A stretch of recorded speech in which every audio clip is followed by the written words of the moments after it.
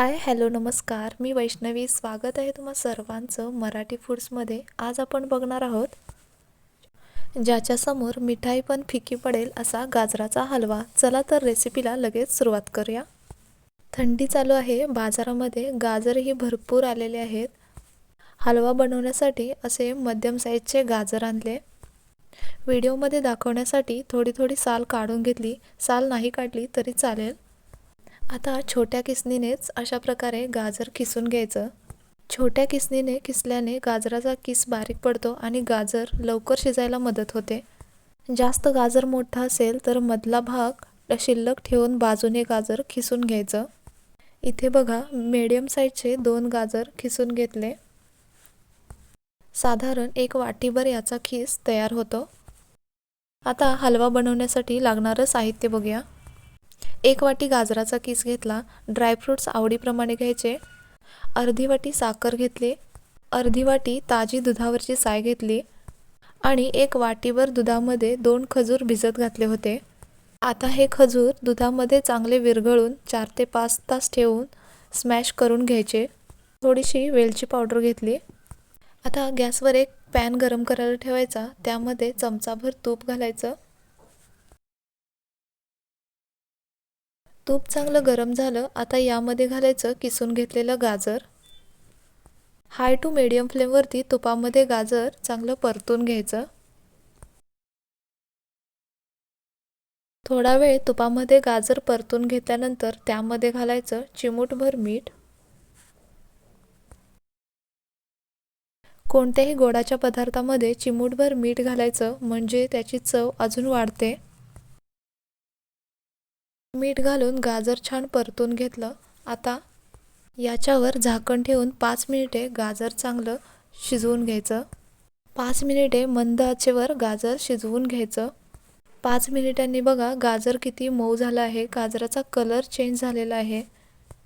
थोडंसं याला हलवून घेतलं. आता यामध्ये घालायचं स्मॅश करून घेतलेल्या खजुराचं दूध. दूध आणि दुधाची साय थोडी कमी जास्त घेतली तरी चालेल. आपण यामध्ये खजूर घातलेले आहेत त्यामुळे हलव्याला एक वेगळीच टेस्ट येते. जास्त क्रीम किंवा खवा वापरण्यापेक्षा खजूर वापरणं कधीही आरोग्यासाठी चांगलंच.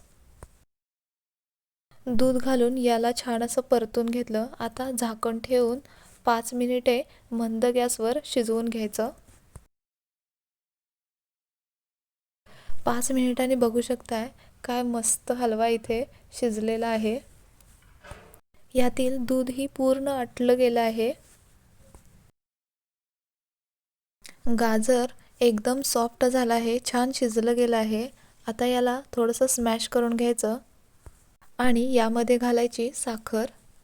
इथे अर्धी वाटी साखर घातली आहे आणि खजूर पण घातले आहे. त्यामुळे तुम्हाला जर जास्त गोड नको असेल तर इथे पाव वाटी साखर वापरली तरी चालेल.